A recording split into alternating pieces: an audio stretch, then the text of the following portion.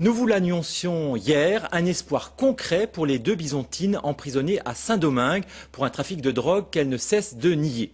Le secrétaire d'État à la coopération, Alain Joyandet, a signé un accord avec les autorités locales. 19 détenus français, dont Céline et Sarah, pourront rentrer et purger leur peine en France. Mais ce n'est que le début d'une longue procédure. Sur les premières images qui nous parviennent de la République dominicaine, le récit d'Albert Ziri. Et puis voilà Sarah. Ne pensez pas que vous serez libre demain. C'est ce qu'a dit Alain Joyandet après avoir signé une convention de transfèrement avec les autorités dominicaines à Céline et Sarah, qu'il a rencontrées dans leur prison de Saint-Domingue, où elles purgent une peine de 8 ans pour trafic de stupéfiants. Mais il leur a aussi annoncé qu'elles peuvent espérer être de retour en France dans le courant 2010.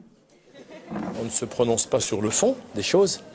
Je sais que vous clamez votre innocence. Ça c'est un autre sujet. Je dirais que c'est à vous qu'il appartient ensuite d'utiliser toutes les voies juridiques de recours. Et nous là on se place vraiment uniquement sur un sujet qui ne doit être qu'humanitaire. Voilà, notre but c'est que vous puissiez revenir en France, faire votre peine vers vos familles et puis bénéficier le moment venu évidemment du droit français qui permet, en fonction des situations, de bénéficier de remise de peine. Et voilà.